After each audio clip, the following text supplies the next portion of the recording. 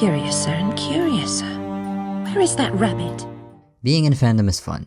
Liking something is fun. Liking a character so much you base your entire personality around them is also fun, trust me, I would know. But it's infinitely more fun when there are people around you who also like what you like. It almost makes it seem worth the investment to get into something people already think is good. It's like a guarantee that you will probably, most likely, not waste your time. I think I'm at a point right now where I can confidently say I have my own small fandom. How did this even happen?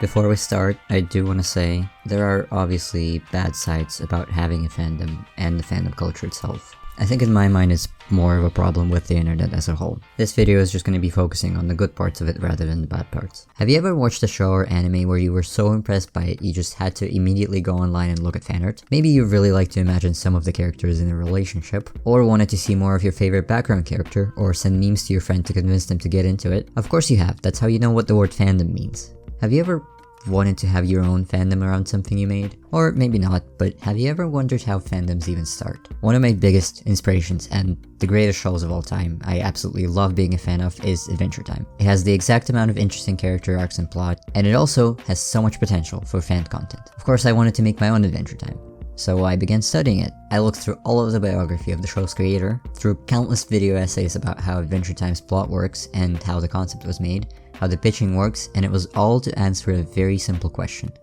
Could I also do it? And I ended up finding something interesting.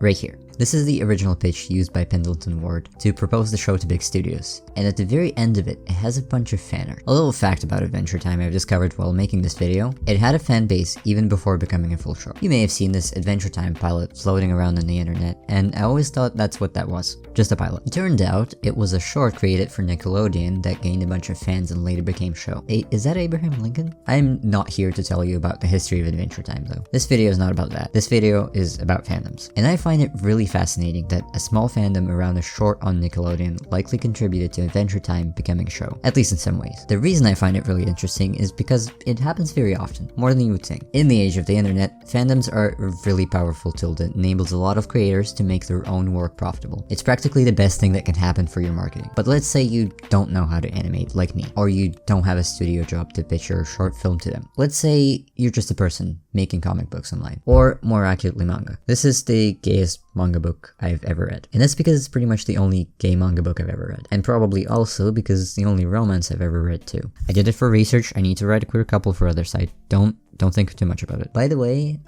this book is banned in private schools in Florida apparently. I like how they listed one of the reasons as the book being read from right to left too. All things considered, it was a pretty decent story. And at the very end of the book, there's a thank you page which states the comic was initially started as a web series on Pixiv, which is a large Japanese artist community website. It's, again, absolutely fascinating to me, because this series not only started online, but made it not only to publishing, but also to having an anime. And this is what fandom can do to your idea. Having one is a dream come true for a creator just starting their series. In fact, it can even make your series get big even if it doesn't have that much substantial lore. Dandy's World.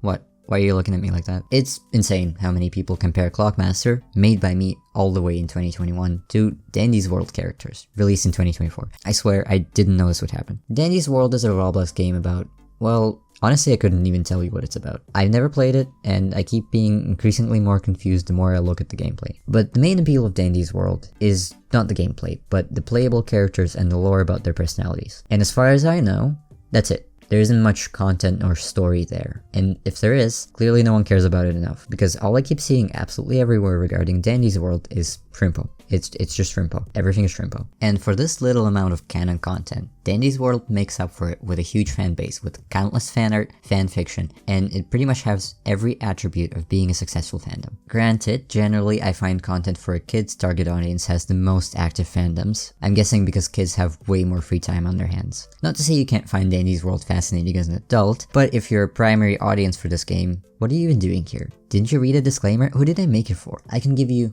countless more examples on how fandoms can be a driving force to making something successful. But at the end of the day, it all brings us to the reason I'm making this video in the first place.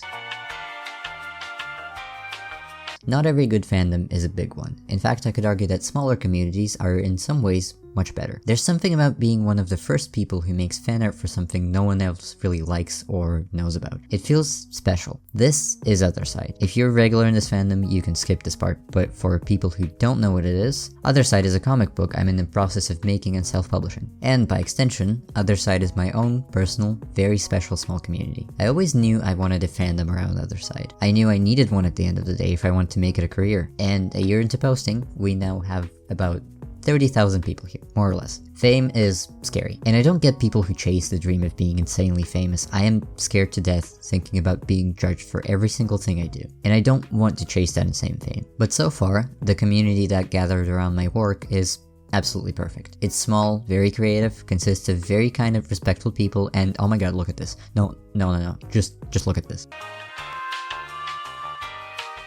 First of all, Steven Universe is already super gay, and then you make them draw their gemstonas hold hands? This is the stuff you made. This is you. You did this. Pretty much the first thing I noticed when I started posting about Otherside is the fan art that followed. Not immediately, granted, at first there wasn't really a fandom and people really just wanted to draw Clockmaster. But with the release of the first chapter, everything kind of changed. Because now there's story, something to base the fan art over, and love the characters for beyond just the design. And fan art is amazing. Some of you are even better at rendering than I am. Same goes for animations and edits. Although there aren't that many yet, the ones that I have seen are very cool. But if you thought it stops at fan art, it doesn't stop at fan art. Believe me, it absolutely does not. Theory videos. Usually, major mystery series, especially ones that leave something unexplained, very often spawn an array of discussions and theory videos from various people on YouTube. It sometimes gets to a point of certain video games intentionally theory baiting people to create conversation around their project, which is a really bad idea for having a plot in the long run. That said, I didn't expect to see Otherside theory videos this early on. I do not like intentional theory baiting, because ultimately in pursuit of creating mystery, you can very easily lose the plot. Marketing is supposed to support your project, not define it, which is why I completely did not expect people to even make theory videos whatsoever, but here we are, I guess. Meet Sospens, this fandom's ambassador for theory videos right now. And actually a lot of other variety of content, which as of writing this video includes comic dub of the first chapter, animation meme, fan art, and the recent video answering questions in a Clockmaster voice. I am not kidding, she is somehow more productive than me, and I'm the one who's supposed to create content for this fandom. I don't know if it's because of Pride Month, or because I encouraged it by reposting, but fairly recently I started noticing suspiciously more and more shipping with my characters. The clip you saw at the very beginning is a theory video I saw recently about shipping, and it must have caused some sort of a chain reaction, and it's kind of cool. I kind of suspected this would happen. Otherside has a lot of characters, both released and upcoming, and it's natural for someone to want to see some of these characters together. Absolutely don't mind, unless it's morally questionable, of course. And I'm convinced that my fandom is probably the best fandom in existence, not only because of my personal biases, although that too, but also because we made it so far that I'm able to sell you merch. I know, it's been a year. Buy my merch, by the way. Most of the Otherside community at the moment is situated here on this YouTube channel, although I will mention we have a whole fan-made Tumblr community as well, which is to say I want to let you know right now that there is a reason I ask people to tag me in these things. I want to see everything you make.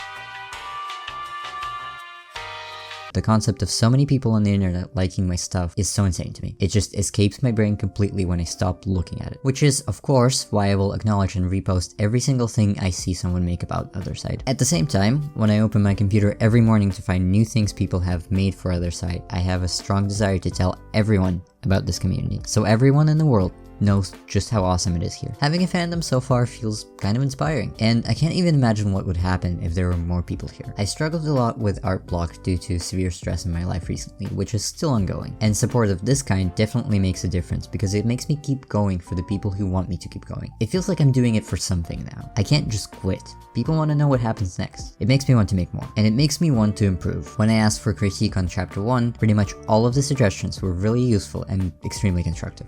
It's kind of rare nowadays to find genuine and good critique on the internet, and just so you know, I'm working on implementing a lot of these changes into the first chapter already. It's exhilarating, in a sense that I would never expect anyone else in the world to have a hyperfixation over my characters other than me. It's unbelievable. I've got a couple of suggestions when I was making the website for Otherside, one of which was to make an archive for fanworks. The idea is you would be able to very easily see all the fan work in one place on the website, and in case the original source gets taken down, you will still be able to find a digital gallery of all the love and care put into my project by you, with credits to the original source, of course. It will take some time to figure out the coding aspect, but the website ultimately is going to become my gift to you, a central place for everything Otherside.